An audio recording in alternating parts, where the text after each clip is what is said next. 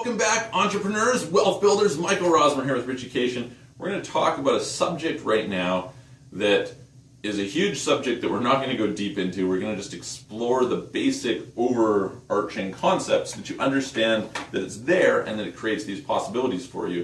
And it will also set the stage for doing another, the next lesson that we're going to offer, okay?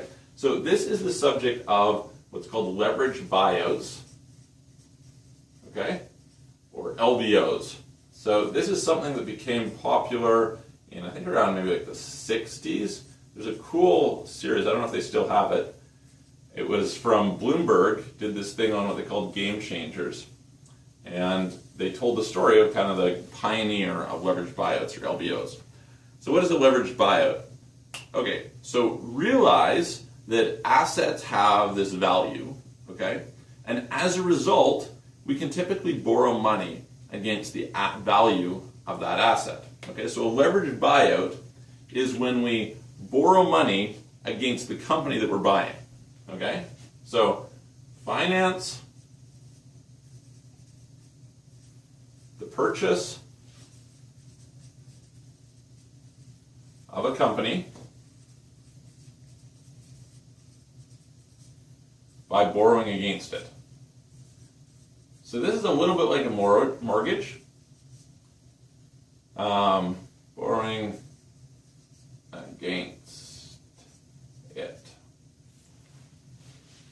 So you imagine with a mortgage, right? Rather than coming up with $500,000 to buy a house, you come up with $100,000 for a down payment, and then you borrow against the house that you're going to own. So the useful thing to realize here is you do not own it.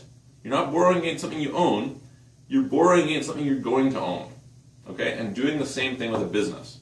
Okay? So I come in and I say, hey, look, I'm going to buy this, whatever type of company. And in order to buy it, I'm going to go to the bank and I'm going to say, hey, look, I'm going to buy this. I'll borrow against the value of it. Okay? Why is this so important? This allows you to buy companies that you wouldn't normally be able to buy. Right? So, allows you to buy companies you normally couldn't. By the way, this is where paying attention to quality of assets is very important. Remember when we were talking about before, talking about stability, etc.? Well, that's where we start to see this, because how much will a bank or some sort of other institution be willing to lend you against that company? If it's just a person and some customers, they're not going to lend you probably anything against it, okay? Versus if there's a lot of equipment, or if there's a lot of stability and longevity, etc., they might lend quite a bit against it, okay? And how much you can borrow, could be an enormous amount, right? Sometimes you can buy businesses with no money down, okay? That's crazy. So, potentially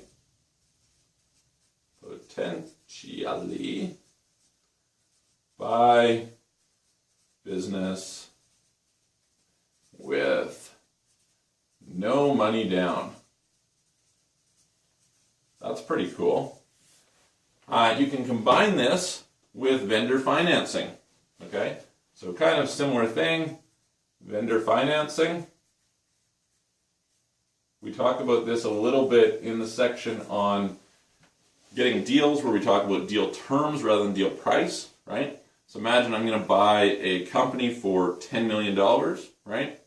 Maybe I'll put up $2.5 million. I'll have the vendor finance $2.5 million, and the bank will finance $5 million, right?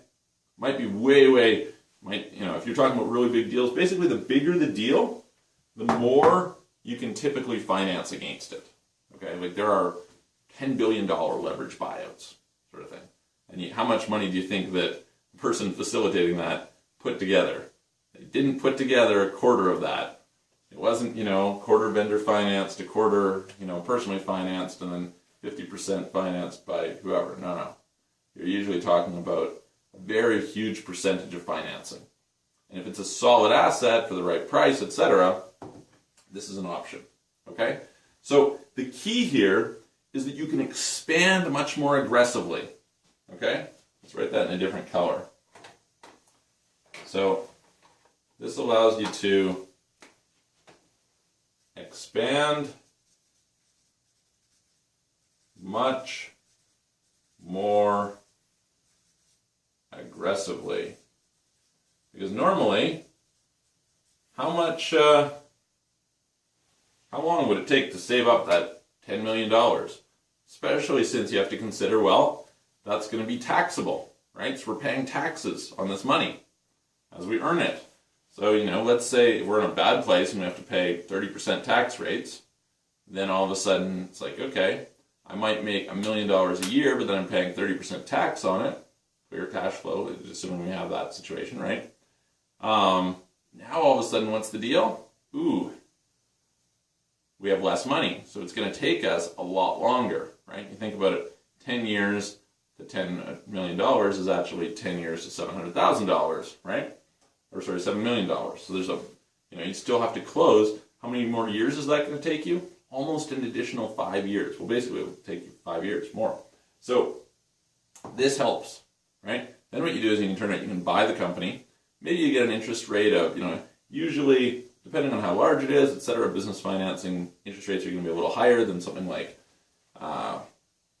turning around and doing a mortgage or something. But say you get for, say it's 9%, right? So, yeah, okay, that's 9%. But say you bought at, let's use an example here. Say you bought at a 5 times multiple, okay? So it's a company that puts out $2 million a year that you're buying for $10 million, okay? Say you could entirely vendor finance it, or entirely, not vendor finance it, but entirely finance it through a bank, right? Or even bank and vendor financing, right? So the vendor finances you for $2 million. You've got an $8 million loan. The $8 million loan, let's say it's at 9%, right? So 9% on $8 million is $7.2 million a year, right? So, or sorry, not 7.2, $720,000 a year. I'm sorry, $720,000 a year. Well, you're making $2 million. Great. It's like you just turned around and got some free money, right? Very, very valuable. You can do that. And of course, what happens is you compound, right? Because this increases your cash flow and you're paying down that loan. And so when you go to buy the next one, you have additional cash flow that you can use to cover off that loan. Your borrowing capacity, etc., can increase and expand. Okay, so very, very useful to understand that you can do leverage buyouts. Obviously, there's tons to know, right? Understanding the lenders, understanding what deals it is they do, understanding what their borrowing criteria is, understanding what assets they're going to look at and how they're going to value them, what your interest rates are going to be, and it's a complex, it's its whole own space, right?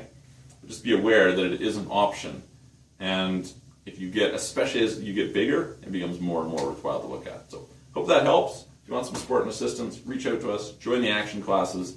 If you're ready to take your business to the next level, join the action classes. I'll see you guys in the next video.